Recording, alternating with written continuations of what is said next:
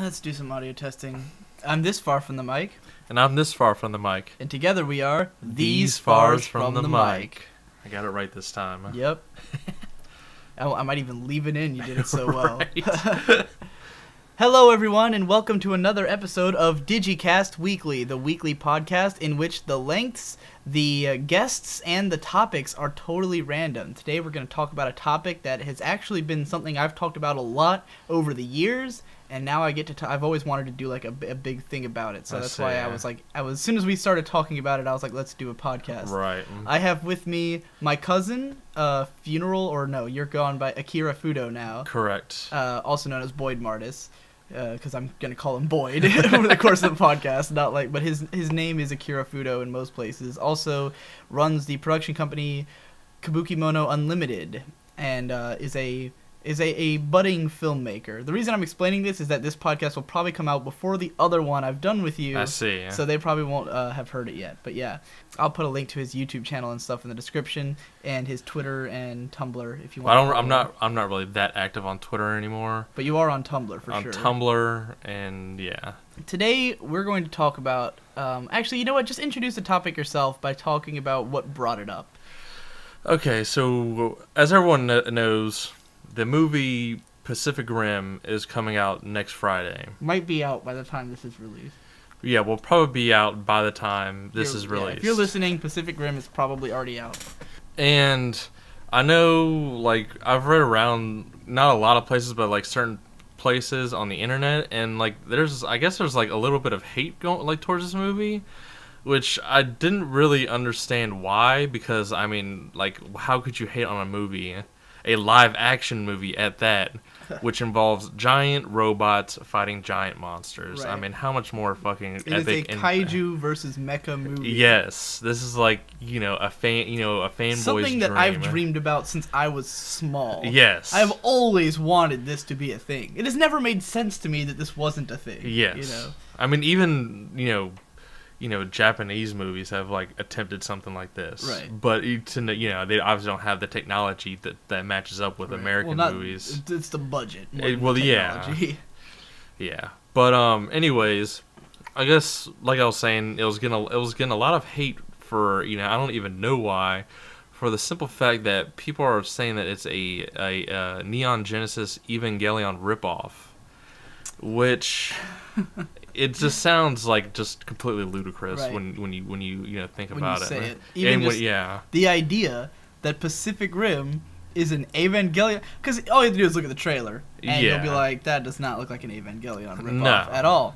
But there's a good reason that people think this, and it's a classic problem that I've run into constantly over the years, especially with Evangelion, because Eva is such an iconic series that every time something has ever emerged that is in any way like Evangelion, it's always been accused of being a copycat. The most classic example of this, as I was telling you outside, is the anime series Razafon, which was made by Studio Bones in 2000 or so. Now, Evangelion originally aired between, like, 97, 98, something like that? It was around, like, around mid to almost late 90s. Yeah, it's like late 90s. And then there was a movie a couple years later. Yeah, Evangelion aired, and then there was Razafon a few years later. And Razafon caught a lot of flack, especially when it was released in the U.S., because I don't really know how it was received in Japan. I obviously wasn't there. What I do remember is when me and you were first getting into anime around 2003, 2004, Razafon had come out on DVD here. And whenever we heard it talked about in forums and stuff, people were constantly accusing it of being an Evangelion ripoff. Which, I mean, I can kind of understand, because just around that they came around so close together. Right. Well, in the U.S., not so much, because, Eva was actually out in the 90s here, and Razafon came out like... Well, I guess if you're looking at it from, like, a Japan standpoint or whatever. Yeah, I mean, I think that a lot of those people probably... The issue here, which we're going to eventually, get to, is that those people had probably seen them close together, and were aware that Eva came first, and probably had only seen two shows that were like that, Right. Because Evangelion was regarded as so revolutionary, a lot of people just thought that it was, like, really unique. Right. And so when something else came along that was similar, people immediately declared it to be a copycat. But what those people don't understand is that Evangelion comes from a tradition. It was not that unique. Right. It was not that out there. It paid tribute to shitloads of older shows. And Razafon was A, paying tribute to some of the same shows that Evangelion was, or other shows of that nature, B, probably paying tribute to Evangelion, and C, perhaps most importantly, had a lot of the same people working on it. Right. And that's the number one thing that bothers me. It was when people call something a ripoff of something else, very often it's the same fucking people who made it. And of course it's going to be similar because it's the same people. They're Right. going to have the same kind of writing style, you know? And I started to really learn about this from doing research because I look into the staff behind shows a lot. Right. Like, that is kind of my thing. Is I used to just sit there and trace the lines between, like, who worked on what. And, you know, Studio Bones, the first show they did was Razafon. And Bones definitely has a lot of Gainax influence, right? Like, a lot of their early shows felt very Gainax-y, but they also had some staff from Gainax, and some of the people who wrote Razafon wrote Evangelion, you right. know? Both of them were shows that had a lot of collaborators on them. Like, they had a lot of... it wasn't just the vision of one guy, you know? Because a lot of people think Evangelion is, like, all Hideaki Anno. Right. Because he directed it, and he... You know, it very much reflected his sort of vision. You can clearly see his directing style, but Evangelion had different writers for almost every episode, and it had, you know, episode directors that worked on different pretty stuff. much just like any kind of like TV show or anything like that. No? Yeah, I mean, there's some shows, especially in anime, there are some shows that just have one guy who really sort of does everything, right? Or there's a studio that's like really unified, like Studio Shaft. It's the same team on every show, you know. But Evangelion had writers who don't work for Gainax. They're just guys who work all over the place, you know. It had a lot of writers, and you can clearly see that in the middle section of the show when, you know, they're doing all the, like, the episode where it's like they have to learn to dance in synchronized dancing, the one where they have to go inside the volcano. Some of those sillier episodes, they were totally different directors working on those, you know, because they wanted it to have variety. They wanted it to not all be the same, you know, on purpose. And Razafon did the same thing, and a lot of the writers and directors are the same fucking people who wrote and directed on Evangelion, you know? Fucking Kazuya Tsurumaki, who directed FLCL and Die Buster, worked on Eva. He also worked on Razafon. Fucking, what's his name? The guy who wrote Serial Experiments Lain and Technolize. That guy wrote for both shows. Oh, really? Yeah, Chiaki J. Konaka wrote like one episode of each show. Yeah, so there's a lot of people, and I often consider both of them to be part of the revolutionary girl Utena diaspora, as me and Ghost Lightning called it, where there's a lot of people who were working on like Sailor Moon and shows like that in the early 90s, and they kind of remained friends and have worked together on all kinds of shows over the years since the early 90s, especially in the late 90s. All these guys... Because almost everyone who works in anime starts on kids' shows, and then they work their way up to more ambitious projects. Right. So a lot of the people who wrote for Evangelion and Razafon had worked together on previous shows. They had worked together on all these kids' shows and stuff like that, like Sailor Moon. And, you know, would go on to do stuff like Utena and the guy who wrote...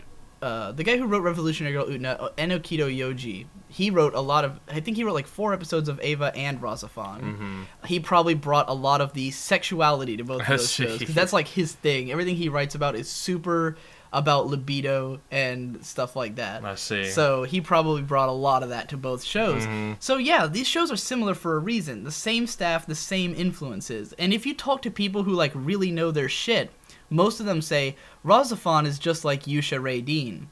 But how many people do you know who have seen Yusha Raydeen? Have you seen Raydeen? No, I have not. And that's where the problem lies. Most people have only seen Evangelion, so when they see Razafon, they immediately draw comparison. Well, I think it almost like this... I don't want like people to be like offended by this statement, but it almost feels like at certain moments that like... people take, you know, Evangelion as like the end all be all of like, you know, mecha shows and stuff like and that. It's not exactly. At all. It's like I think that people who are like a fan of like mech shows just take Evangelion as like just another really good mech show. Exactly. No one can like no like really big mecha fan is like I mean, they all love Ava. Don't get me wrong. Right. Every mecha fan loves Ava. I mean, some of them don't. Don't get me wrong there either. I'm not trying to make any kind of altruistic statements. Plenty of people hate Evangelion's guts, especially because it's so popular, and anything that big is going to have haters. Right. But in the mecha tradition, it is very well respected, but it also knows... People know its place. You know, it's not like it was that original.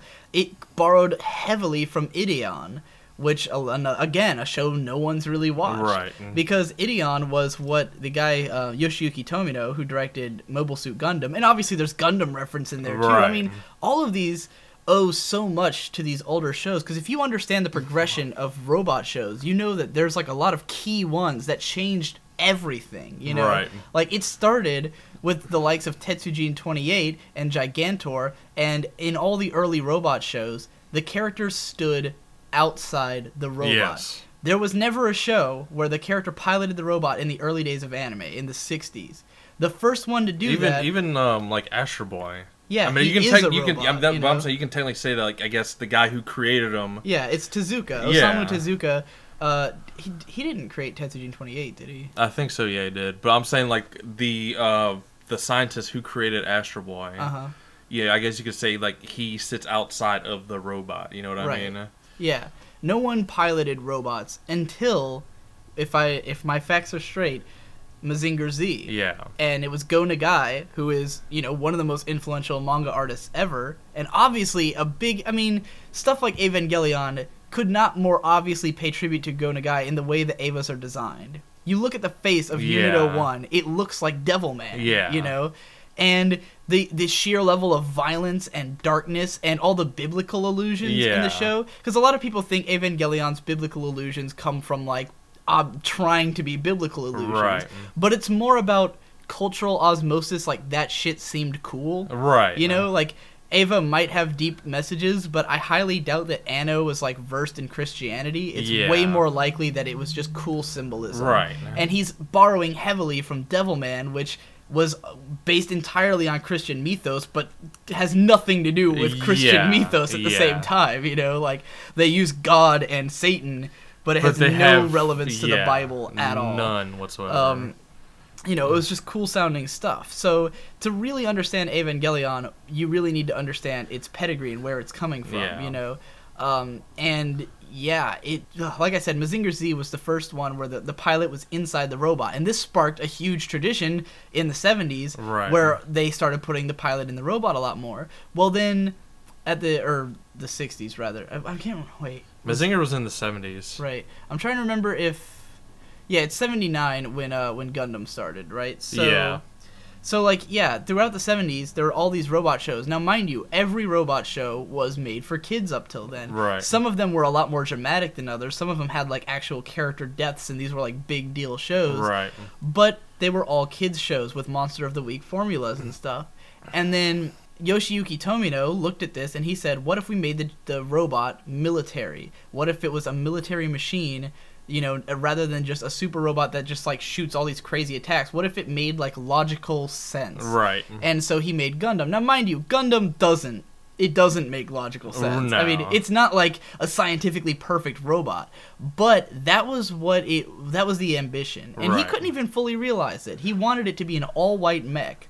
And he couldn't do that because they said we need to be able to sell toys, you know. So the original Gundam series, it ended up being Monster of the Week to an extent because they wanted to sell toys and they wouldn't let him have full artistic freedom. Right. But he still made it a really dark mech show for the time. And it still was totally, you know, new for that world. And it didn't succeed at first. It succeeded because they remade it into movies that did a lot better, and the sales of the toys did well, and the toys kind of promoted the show eventually, and reruns and stuff like that, and then Gundam suddenly became really big. Right. And then when he got to do Zeta Gundam, which is in the mid-'80s, he got to be, which, you know, is the sequel, got to be way more closer to what he wanted. Right. You know, it's way darker. People fucking die constantly. It's a lot more militaristic. So it was like, wow, Gundam is starting to emerge into what it was meant to be. And before even Zeta Gundam, after the original Gundam, we got Macross, which took robots in a whole direction where they could make like an adult-centric story that's like a love story with robots. You know, it really, the robots were kind of not even the point of Macross, but they were there. And they added a lot to the show, and so now robots could be, they were so much more of a versatile tool than just a toy-selling, like, you know, they had to be thing. like the main front of the show and all that. Exactly. So, you know, they really escaped. I mean, it's so funny when people are always like, oh, anime in Japan is not just kids stuff, but it's like in the 60s, it kind of was. Yeah. You know, in the 60s and 70s, if you look back, pretty much all the shows from the 70s were either super long kids shows, like for either boys or girls, or they were like dramas that were always like depressing as fuck. It's always like, because the 70s style anime, it's always, and they're always long. Every show was like 39 to 58 episodes. Right. Or longer. And it's always either like a sports drama or a historical drama or something that is just horribly depressing. Right.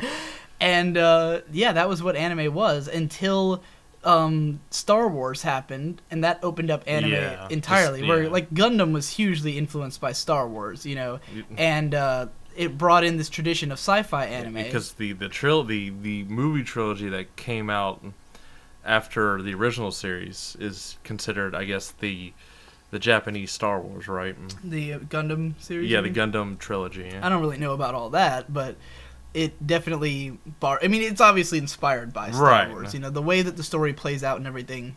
Everything in 70s and 80s adult anime owes heavily to, you know, the sci-fi boom that came from Star Wars, you know.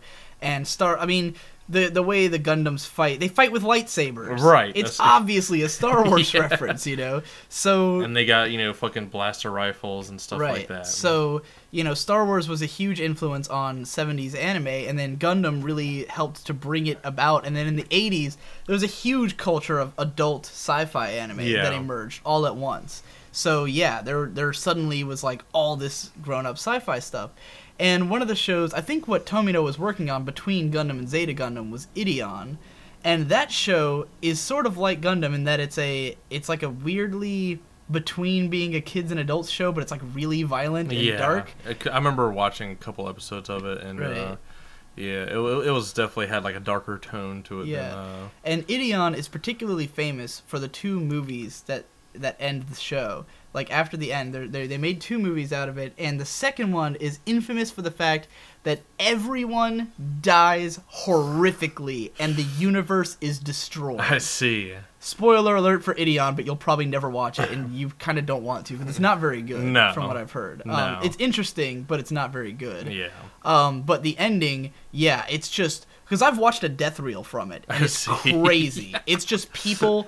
fucking, I mean, like, you know, like little kids getting their heads blown off. Wow. People fucking exploding constantly. Every major character dies, and then the universe fucking dies. That's just a good way to end the story right there. Well, Evangelion borrowed heavily from Ideon. Right. You know, the way Evangelion ends is kind of similar. Yeah. It's like the instrumentality project is totally Ideon-esque. And obviously Evangelion borrows motifs from Gundam, just like everything else does. Right. You know, it borrows from all those classic robot shows. And so what people don't realize when they're trying to, you know, compare, like, say Evangelion is this original big deal, it's like, well, no, it really borrowed from a lot of stuff. I mean, not to say it's not pretty original, and Hideaki Anno definitely has a really distinctive directing style, you know. The imagery of Evangelion is really memorable. When you watch it again, you'll realize just how strong the directing is. But even then, he clearly is influenced by stuff like Stanley Kubrick. Yeah. Like, when I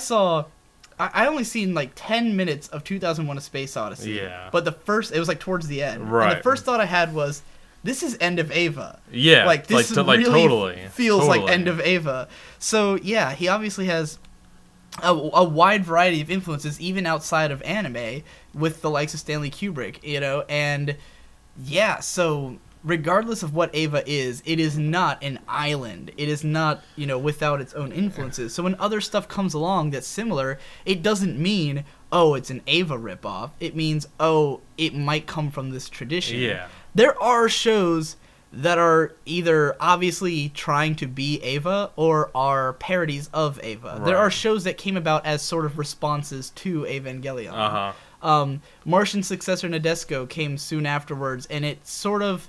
it was a reference to like all of robot anime basically, but it came out at the time it did in a way that like was almost like or it's more of an answer to Macross really, but it also has some Evangelion parody to it. Right.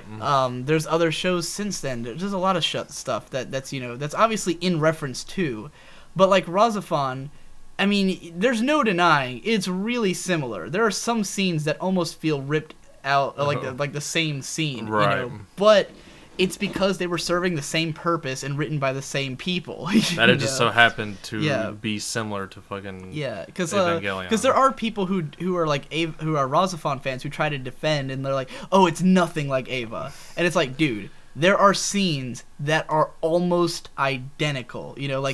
Ghost Lightning made a big fuss about this once because someone was trying to tell him, oh, Razafon's nothing like Eva. And he made a post, pointing out every, image that is, almost exactly the same. And he's just like, you can't deny that these are similar, but why would that matter? Why does that make Razafon worse? Stuff is, copies off from motifs constantly. Right. Everything. Nothing is ever... a complete island. It's impossible because you had to have been influenced by other things. Exactly.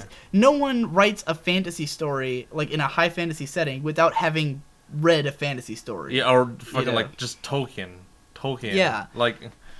Anyone who does anything like that is you are obviously influenced by J.R.R. Tolkien. But there's just so much because. And I don't want to really get into stuff like the hero's journey because you know about it, the hero's journey. Are you talking about the journey to the west? No. Hero's journey is a concept. I think I know. Yeah. So basically, the idea of the hero's journey is that in almost every story throughout history, there is a set formula to the way it works. Right?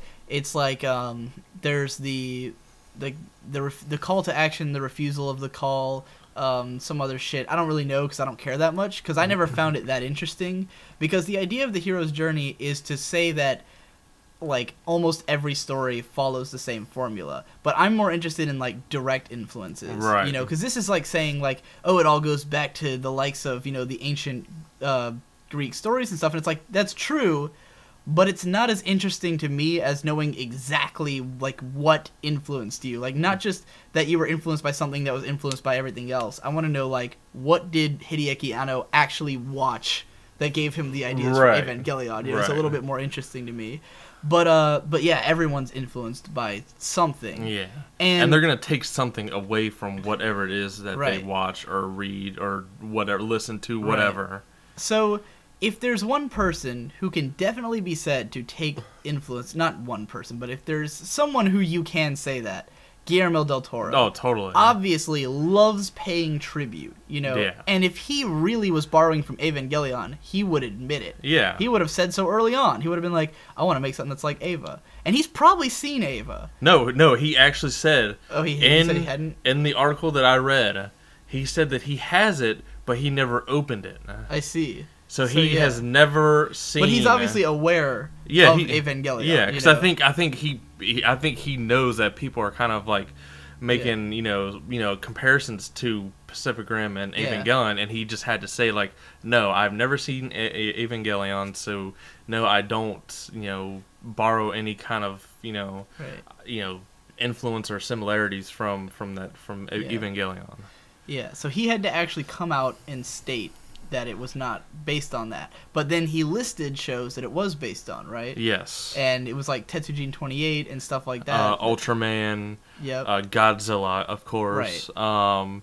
Just a lot of... definitely, way more, obscure, shows. Which is not surprising. Yeah. Because it's fucking... Because Guillermo del Toro is a huge geek. He's made this apparent. I've listened to a podcast with him, there's actually a podcast. It's the two guys who work on the BioShock games. I see. Have a podcast together where they like interview people, and I don't remember how I ended up listening to a few episodes, but they had one with Guillermo del Toro, and I was listening to that. And he plays video games and stuff. And right. He admitted, he's like, I don't really watch the cutscenes and stuff. I prefer games where I can just skip them and stuff. But he was talking about how he liked BioShock. He loves the Half-Life games. Right. He likes a lot of these big games. He says he plays them with his kids. He clearly knows anime and stuff like that. And when he first announced Pacific Rim, because obviously Pacific Rim is inspired by fucking giant robot versus kaiju shit. Yeah, totally.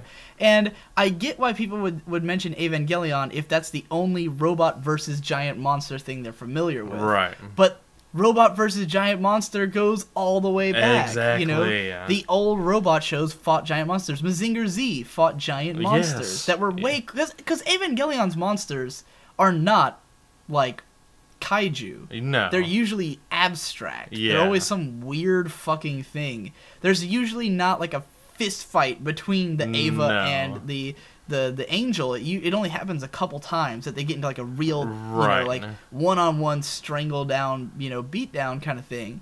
And the Jaegers don't look like they function anything like Avas. Because the whole point of Evangelion, what made them different than other robots is that they were fast and they were skinny and they were agile, They could run across a city and like fight someone with a knife. It's almost like like human being, like they were supposed to be human. Because that's the twist is that they are human beings. Yeah. So the Jaegers are nothing like that. They're way more like in the tradition. They're robotic. They're very big and clunky. Yeah. And like. What were we gonna say? I don't know. They're just like in the tradition of the older. Yeah. Because they look like like 60s era or like Big O or something. Yeah. More so than Evangelion.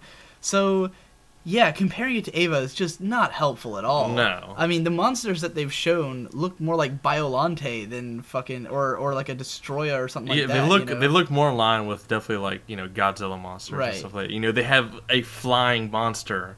Rodan. Yeah. So obviously it's more of the monsters are more Godzilla, the robots are more classic. I mean, if someone like Del Toro, he's not gonna go for some modern shit. He's gonna go for the classics. I mean, he's even said he's dedicating the movie to Ishiro Honda.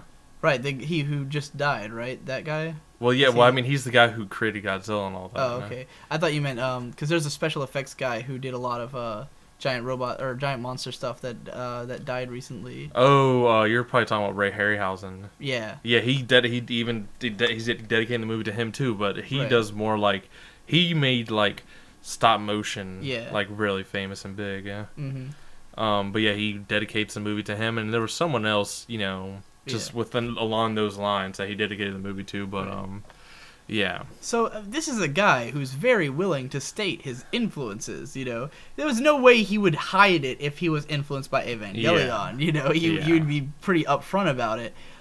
He's made other movies, and because like he wrote vampire books, and it's like he obviously was like, I'm paying tribute to vampires the way he remembers them, I think he said in that podcast once where he was just like, I want to bring back the cool vampires. Like that was part of his mission with doing that, was that he missed cooler Draculian vampires and stuff. He produced Splice, right? Didn't he? He produced which that. was an ode to like the creature feature like sort of monster, Frankenstein and stuff like that. Right.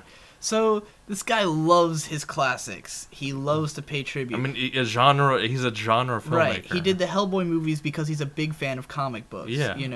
And they're some of the best comic book movies ever. Yeah. Hellboy 2 is outright one of my top 10 favorite films. Which like, it's weird because like whenever like I talk to people about like Hellboy, just like the Hellboy movies, they're like, I didn't really like him at all. I'm like, how? That's what I'm saying. Like, how? They're fucking perfect. Yeah, like seriously. I mean, they are a lot different from the comic books. Like, if you're a comic fan, I could see where you might not like the movies. But that's at the same time, like, these are not coming from comic book people. These are coming from like general audience people.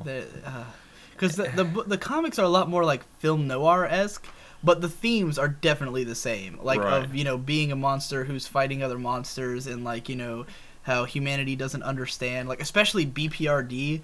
BPRD is so much like Hellboy 2 that like you totally get. Which I keep on meaning to ask you if I can like borrow those. Oh, go ahead. I don't care. Because I've been every time I've like been up here. You will fucking love BPRD, like. Especially. Yeah, I've always wanted to read like Hellboy and BPRD and all that. So yeah, go ahead. I still haven't read Volume 2 of either one, but or my library edition Volume 2. Well, I'm just gonna go one right at a time. Go ahead. But yeah, like Guillermo del Toro, he just loves like making monsters. He loves creating monsters, just like inside and out. Because he actually even said, just in like the conceptualization. Yeah, whatever. You get what I'm saying. Right. That they created the kaiju like inside and out. Like they created like all the organs. That's how he does like all of his. Because the way Del Toro does monsters is he wants to know how they operate. Because he's like, I don't want them to just be there to be there. Right. Like, I don't want monsters just for monsters' sake. I want them to like feel like they live and they have a way of life and there's a reason they exist. He obviously loves monsters. Yeah. Hellboy 2 is nothing but a giant celebration of monsters over humanity. Like the monster, like the monster designs in that movie are like just fucking like astounding. Yeah. Just the huge ass fucking city of just nothing but cool looking monsters. Mm-hmm. And so, he obviously is going to have a deep affection for the monsters, deep affection for robots, and to have that kind of deep affection, you have to understand the history. You're not just ripping someone off. You are into it. Yeah. If anything, he's coming from the same place as Hideaki Anno. Yeah. Who obviously was a giant robot fan, and a fan. Because, I mean, the people at Gainax, that was what they were known for, was paying tribute. They were, because when Gainax started, they were the otaku studio. That's what they were known for. Mm-hmm. They were supposedly like these big anime fans who started their studio out of sheer passion for anime. Mm-hmm. Their early work, if you've seen Daikon 4, which was like, Daikon 3 and Daikon 4 were their first animated shorts. And Daikon 4 is just a giant parody. It's a 4-minute parody animation set to this fucking song called Twilight that is fantastic. Mm-hmm. And it's just this bunny girl flying on a radish and just full of references to everything. All these 80s pop culture shit. Godzilla's in there. I see. Fucking Darth Vader's in there. Like Macross is in there. Gundam's in there. Everything is in there because these guys were just big fans of all this shit and made an animation about it. And that was what their studio is known for. And it's funny because I've heard one story where apparently like. Because the guys who worked at Gainax, apparently there was some tension between them and like the older anime makers in like the 90s or something, because of the fact that they saw themselves as the like otaku generation of anime makers, and like the older anime makers were like just some suits or something. Right. And apparently there was some event where Tomino was in the same room as some of these guys, and at one point he gets up and he says, "We too are otaku." Like what? Like I don't know where you like. He basically was mad that there was this perception that somehow like the older guys weren't anime fans. Right. Like they just had to do animation because something else. He's like, I also am an anime fan. Right. You guys have painted yourself as the otaku studio, but we were into it as well when we made these shows. We were just as passionate as you were. I mean, it makes sense. That these guys were also like hugely into anime. Just like it's just like they're making it more known. Yeah. Just Gainax was known for it because they made references to everything. They really wore their influences on their sleeve. But even like Tomino's age, he was like, I didn't make Gundam because I didn't like anime, I clearly loved giant robots and wanted to do something new with them, and like the people who made Macross fucking literally started as a Gundam fan club in college. I see. Yeah. And they started making animation, and that's how they led up to Macross. I see. So, anime is always made by anime. All these legendary series were inspired by other legendary series, Fucking Go Nagai said, I love robots. What if I put the pilot inside of it and then he'd be more into the action? Right. Tomino said, I love robots, but I want him to be more military. Yeah. I can't remember. I don't know why the guy who made Macross's name is escaping me all day. I can't remember. I can't remember his name either. The guy. I love that guy. But he was like, I love Gundam, but I want to make it a love story, and I want to have transforming robots, It's kind of like, just from what you were saying with Macross, is like, just like the mechs weren't at like the forefront of like the story. It's kind of like, I've noticed that like just sci-fi in general has kind of like done that, where like, it's more of like, it's not even focused on like the sci-fi aspect of the it's story. About telling a story. It's just it's about the movie Another Earth. Yeah. It's a drama movie. Right. But it's about another Earth. Maybe it's the perfect time for Macross to be made into a live action. Maybe. And actually, it's funny you say that because they are trying to do that. Because what he had said when he described God, why can't Leiji Matsumoto? That's his fucking name. Leiji Matsumoto. He described Macross as. I don't think he did Macross. Yeah, he did. No, he did Captain Harlock and Space Battleship never mind. Yamato. I'm thinking of the wrong guy. Who the fuck is it who did goddamn Macross? I cannot remember. Oh my god, I'm looking it up. This is driving me fucking crazy.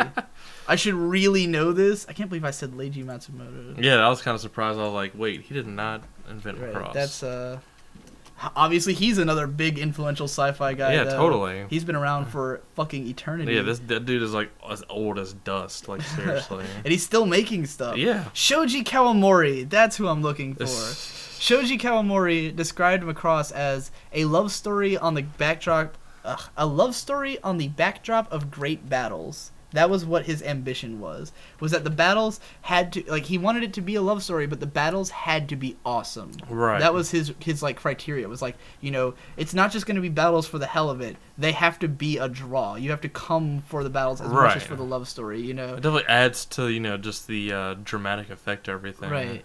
And, he worked with, and also because people don't give enough credit to the animators on these shows and how some of them worked on multiple shows, fucking Ichiro Itano was, like, legendary for his work on Macross because he invented the Itano Circus, which is where a huge amount of missiles are flying around on screen and where they use, like, depth of field and shit like that. Right. And he, created this animation technique, and it's referenced every time you see it in an anime. It's always... I know Cowboy Bebop is pretty known for, like, stuff like that. And I'm pretty sure Itano worked on it. If not, then, every time you ever see a missile barrage in an anime, it is always a reference to Ichiro It's always Otano. a badass scene to watch, right. too. And he invented it, so it's always paying tribute to him. He created that, So, yeah, the level of influence that goes down in anime is so deep. Nothing is just out of nowhere. It's not like you had to be conscious of the influence. It's like you don't even have to be conscious of it. It just could be writing something,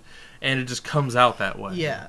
Although in animation's case, you definitely are referencing Ichiro Otano if you imagine a circus of missiles in that particular way. Like if you watch like Eureka 7, they did it a lot, where there's like a ton of what is clearly an Itano circus on the screen, and it looks like Macross. And Macross was so known for it that they did it in every show, regardless of his involvement.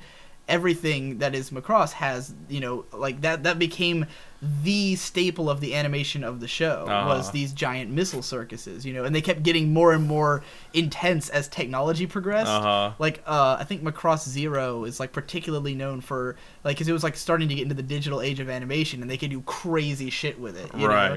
And these things also reciprocate and become influenced, like Gundam eventually starts to have some influence from other sci-fi anime. Like, later Gundam shows borrow from shows that were inspired by early Gundam shows. So influence is always a turning wheel, I'm sure that like definitely the Gundam shows that don't like mix into like the actual Gundam storyline. Like Gundam Wing and stuff like that. And, are obviously pretty different and they're actually like themed Gundams.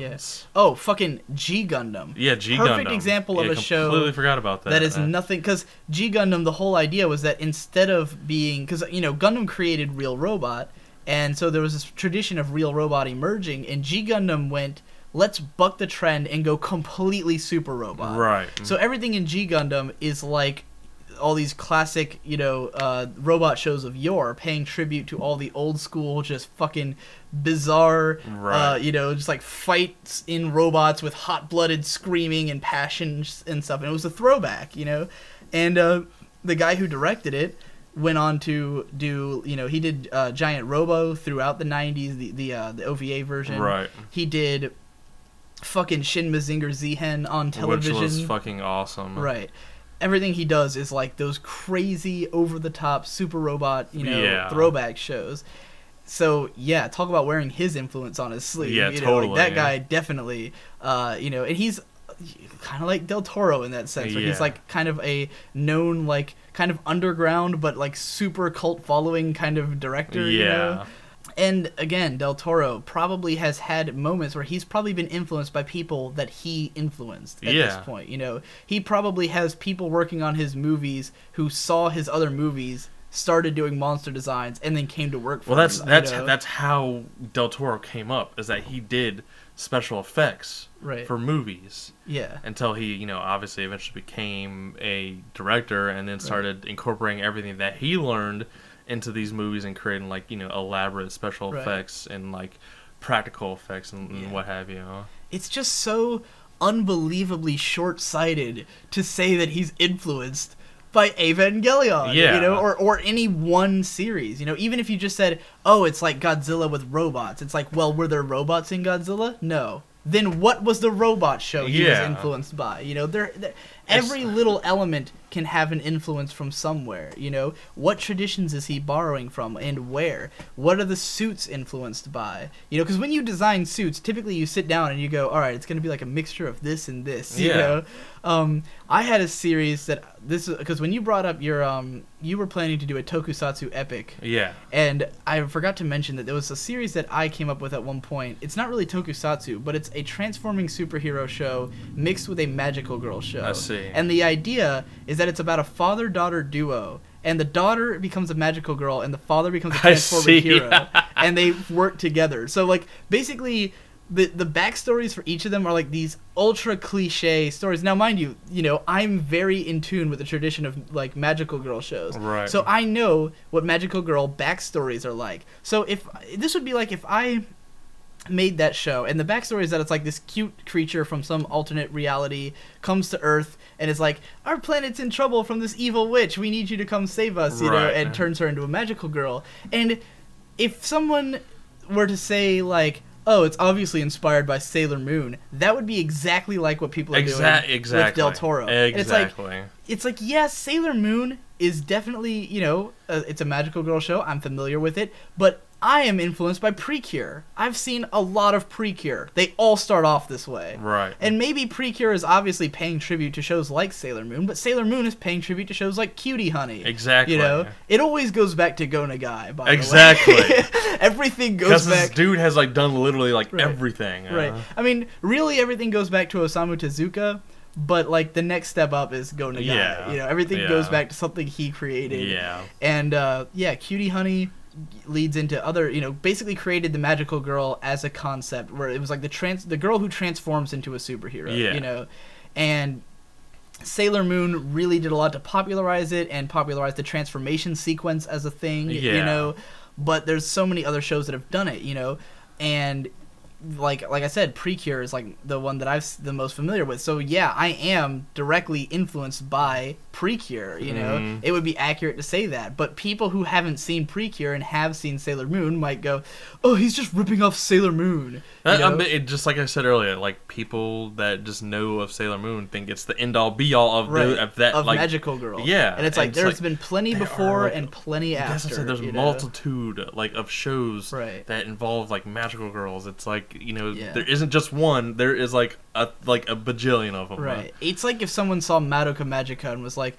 "This is like Sailor Moon." It's like, in what way? First of all, other than that, it's a magical girl show. When it's way more in like all these other traditions. It's as much of a fucking Lovecraft show as it is, because the guy who wrote it is a huge Lovecraft fan, and his writing style is Lovecraftian. Like he writes in the Lovecraft mythos sometimes. So when you look at Madoka, it's like, oh, it's a dark take on magical girl. It's like, well, it's more like a magical girl take on Lovecraft. Yeah, 'cause that's really where the guy's coming from. So yeah, there's just so many influences, and if you're not digging into it, just shut up about it. Yeah, because you're just gonna piss me off. And you're just gonna sound really dumb too. Right? Because you don't know what you're talking about. Because again, even if he had said, oh, Evangelion's a part of it, I wouldn't have been surprised. Yeah. But to say that that's the only thing is just blind. Yeah, there is like... To be honest, if that was his only influence, I'd be really impressed by how much it's different. Yeah. I'd be like, wow, you just watched Evangelion and you got this many ideas out of it? Like, congratulations. Seriously. Like, I don't know where those monster and mech designs came from if your influence was Eva, but good job on the creativity. But no, there's no fucking way. Yeah. You know? I mean, just the kind of person that, you know, well, obviously I don't know him, but I'm assuming that this dude just watches, like, anything and everything and just got, you know, he just gets influenced by everything. He obviously has a huge knowledge of history of film. Yeah. Anyone who's paying tribute to fucking Godzilla has a history, you know, is probably a film history buff. Yeah. You know, he probably has seen, you know, a lot of 20s monster movies and shit. Yeah, like all like the classic Universal monster movies and all of like the Hammer horror like, you know, movies and shit like that. And, you know, which anyone who is into creature features or anything like that would like, you know, is obviously in love with those movies. Anyone who is an acclaimed genre director knows genre. They know genre. He's like, probably read fucking 1920s pulp magazines and shit. You know, that's the kind of guy we're talking about here. We're talking about like a classic film nerd come film director. You know, with a dense knowledge of what he's talking about. And anyone who's gonna, again, just shut up. If you've only seen Evangelion, that's the only giant robot show you've seen, you don't know what you're talking about. I'm sorry. Like, you know? Just, you know, sit at home at your computer and do your research. I mean, that's all you have to do. Just, like, look up. Like I said, like, the biggest thing that got me was just when I saw stuff, because I started to recognize that there was scenes from shows that reminded me of scenes from other shows, and I went, who made this? Right. And then I would go, oh, it's the same fucking guy, you know? Well, like, either that or they'll even like name off like the people who have influenced them and stuff like that. Like, because in anime especially, careers are really easy to trace just by like inferring. Like, you can see where a guy might, let's say a show comes out and there's a scene that really reminds you of like Sailor Moon, just because that's an easy example that we keep mentioning. Right. And a scene really reminds you of Sailor Moon, and then you look through the guy's like, you know, past, and he hasn't worked on Sailor Moon, but he did work on something with the director of Sailor Moon in the same genre. Right. Even then, you can get where this guy picked up that influence. Right. You know, sometimes it's just really obvious. I mean, because and again, if you really want to see like the extent of research I've ever done on this, go look at the Revolutionary Girl Utena diaspora chart that me and my friend Ghostlighting put together. It's going to be in the description, because Utena is probably without question the greatest anime ever made. No one can doubt me on this. You don't even know. There's no arguments. Revolutionary Girl Utena is outright the greatest anime that was ever made. So you would say that's your favorite anime of all time? No, it's not my favorite, but it is the greatest as. But you're just acknowledging it as the greatest anime ever made. It's. I mean, because I haven't rewatched it like in full since 2007. So like, it's really hard for me to be like, oh, it's still one of my favorites. Right. But because you know, obviously I don't really believe there is a greatest anime ever made, but I like to be a dick sometimes. And if anyone asked me, like, if I needed to provide an answer, I would say Revolutionary Girl Utena was the greatest. And because that show is. It was very much an answer to Sailor Moon, like directly, because the people who worked on it worked on Sailor Moon. It definitely has, like, you know, because I've never seen it, but just from looking like at images, it definitely gives off like a Sailor Moon kind of vibe. Right, and it was made because what happened was basically there was this show called I'm trying to remember, Goldfish Warning.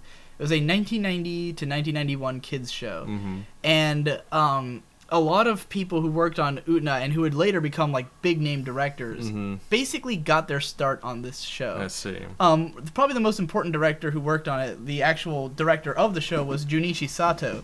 He wasn't a newcomer, but this was the first time he worked with a lot of the people who are also important. Like, he had been around for a little while, and then through this show, he met all these other people who were going to become important later on. And Junichi Sato has been directing. He's like always working on something, and it's always sort of obscure. He's like, it's kind of like he can just do whatever, and he mostly does like really relaxing, calm shows. Like, if you ever seen Aria, he did that, or a lot of these like just slow Iyashikei, like relaxing shows he works on. Yeah, so Junichi Sato directed the show. All these people worked on it, and then they went on. A lot of the same staff went on to make Sailor Moon. Same production companies, a lot of the same staff. And there's even references to Goldfish Warning in Sailor Moon. So like they clearly were like, the same people were doing it. Well, Sailor Moon ends up having like all these seasons, and a lot of the staff like moved on. Like the director, after 2 seasons, he moves on to another show, and like whoever's the assistant director stepped up. And a lot of these people who were working on Sailor Moon obviously are becoming friends. They're all working on the show, and eventually, I think his name is Ikuhara, took over for the show Sailor Moon S. And this is where the show started to get a little bit more adult themes. Right. There was like a lesbian character. Things started to get a little bit, just a little darker and stuff. I can't remember, but like the character, like before pre-transformation, it's like hinted at like that it's a dude.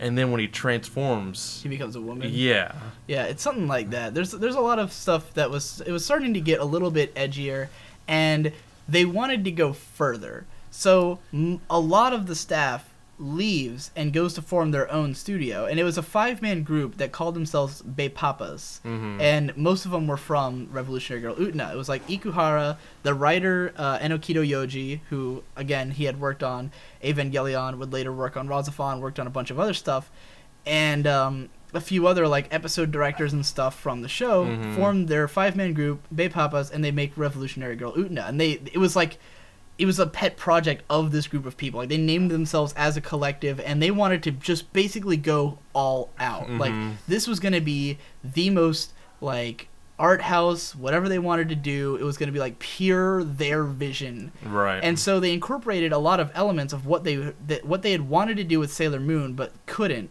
And they took it all to the next level with Utena, which is a very adult, oriented show. There's lots of sex and sexual undertones, lots of, shitloads of symbolism. Like, the whole show visually is, like, constant barrage of symbolism. Like, overt and everywhere. Right. Enokido Yoji really let himself go with his sexualization and stuff and just all kinds of shit. And it's, like, the music is fucking J.A. Caesar's soundtrack, which is crazy. So it's just really out there and really awesome, and one of the few cases of a long-form anime that is really just the directors and writers just, like, doing whatever they want and putting it out there. And then all those people, if you follow their careers, just, like, look at who worked on what, you can see where they were obviously friends and obviously worked on other shit together. So, like, the guy, Kazuya Tsurumaki, he was Hideaki Anno's understudy. And after he became like one of the lead directors at Gainax after Hideaki Anno left, because they were working on the show His and Her Circumstances, and Hideaki Anno leaves 18 episodes in over a dispute with the manga author because she wanted it to be, I guess, like more of a rom-com. I think she was like unsatisfied with either the level of comedy or the lack of comedy, one or the other. And he wanted to keep the direction he was going, and he left the show and left it in the hands of his apprentice Kazuya Tsurumaki, who had no idea how to salvage the show, and it turned into a complete fucking train wreck in the last 8 episodes. But he went on to direct FLCL, which is now regarded as a classic. Right. And he also wrote a couple episodes of, or maybe he storyboarded. He did something on Revolutionary Girl Utena because he knew those guys because he had done like 1 episode of Sailor Moon. He later directs Die Buster, and Ikuhara, who did Utena, wrote a couple episodes of Die Buster, and Enokido Yoji wrote the actual script, or rather Ikuhara like storyboarded 2 episodes, and you can see where he wrote in references to Utena. Like, there are visual cues that are obviously taken from Utena, and then are later referenced in Ikuhara's next show, Maru Penguin Drum, like 6.5 years later. Right. There's still cues going back to Utena and to Die Buster. So yeah, it's like you wouldn't know this if you didn't look it up. Like, most people would not associate Die Buster with Revolutionary Girl Utena, but when you actually look at the staff, it's like, oh shit, now I get these references, So yeah, there's always a dense web of connectivity between these things, It's kind of like watching a Tarantino film and everything is a reference to something, you just got to look it up and figure it out, If you're enough of a film buff, you get his extensive references and shit like that.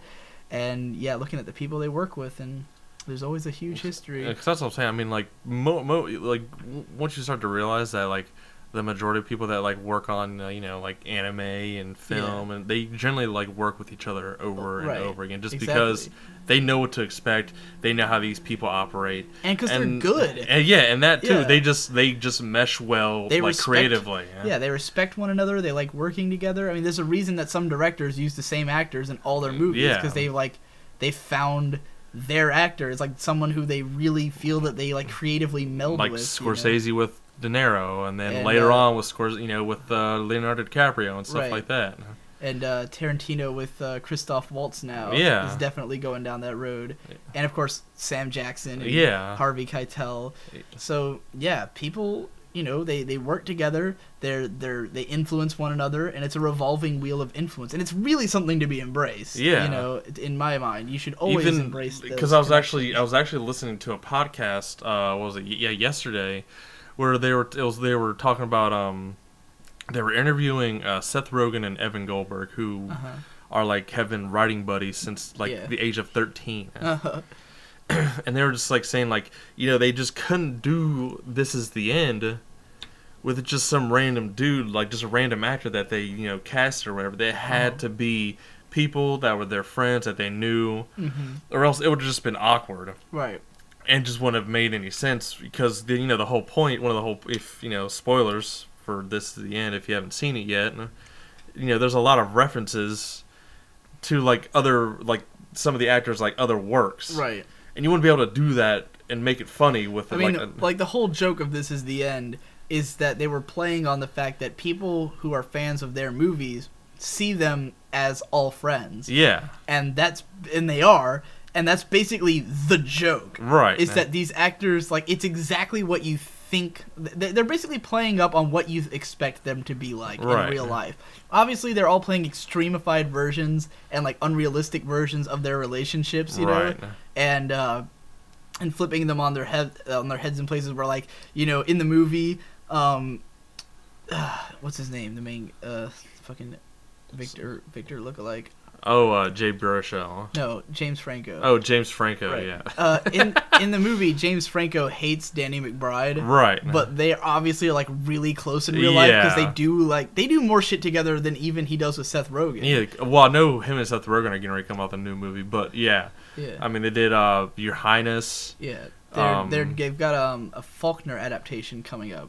Really? Yes, As I Lay Dying is directed by... Oh, are you talking about... Yeah, that's the one that was directed by Franco. Yeah. And has Danny McBride in it. Yeah. That's And it's a Faulkner adaptation. Yeah. Yeah, it's it got released. That was the movie I was telling you about that got released at Cannes. I see.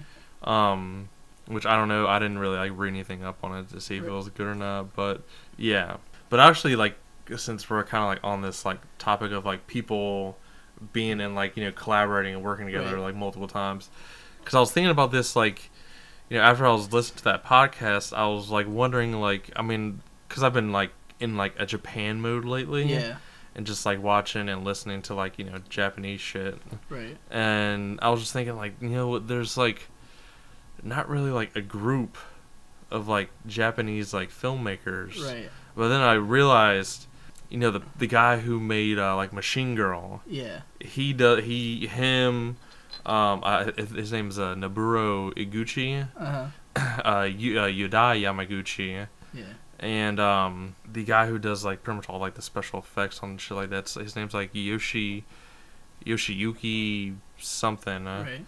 But they all collaborate with each other, and they all they each have they're pretty much they front the Japanese splatter movies and stuff like that. I mean, it's Tarantino, Eli Roth, and what's his name, Robert Rodriguez. Yeah, where they clearly collaborate, do movies together, and they're all friends, and they all put out shit that's similar.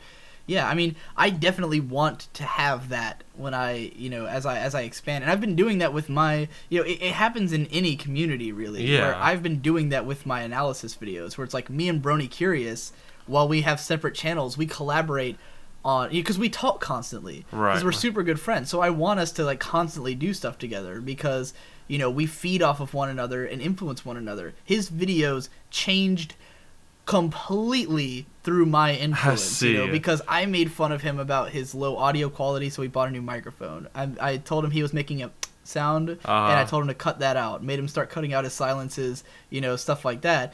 And he influences me in some ways where just through appreciating, I guess because so many people, because a lot of the people who like both of us like him more. Mm-hmm. And I realize like what they're seeing in his videos that they like over mine, and it helps me to like think about how I write mine and stuff like that, So yeah, we're like obviously feeding into one another's ideas. We come up with shit together and we collaborate together. And so I guess Pacific Rim people saying that it's like Evangelion would be like if someone said, oh, Brony Curious is just a ripoff of Digibrony, without realizing that like we collaborate, right? That we like know each other, that there's a reason our stuff is similar because we're actually working together on it, Right, which is kind of like, I guess, what I'm hoping between like me and Victor, right, is that we can like I told you before, eventually get to the point to where like.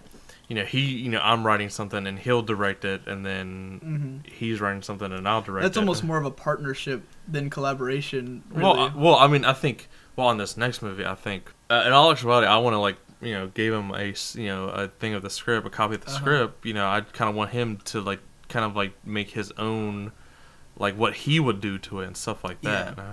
That way we can work on the movie together. Yeah. And, if it comes out, then I'll write one half and he'll write the other half. Mm. So, I mean, I would say that's a collaboration right there. Yeah.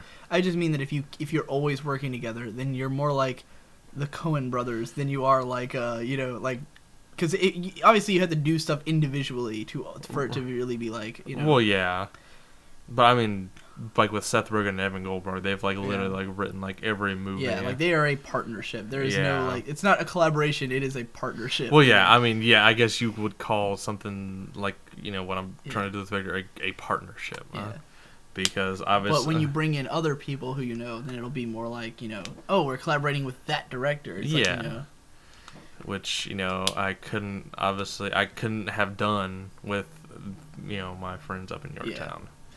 So anyway, we were kind of done with the topic a while ago, but I let it run. We just kind of like dragged on. Now that it's up to an hour, I'm like, all right, let's cut it off here. So that'll be all. I'm glad we talked about this because I've wanted to get it off my chest forever. Right. So have a nice day and see you next week. Later.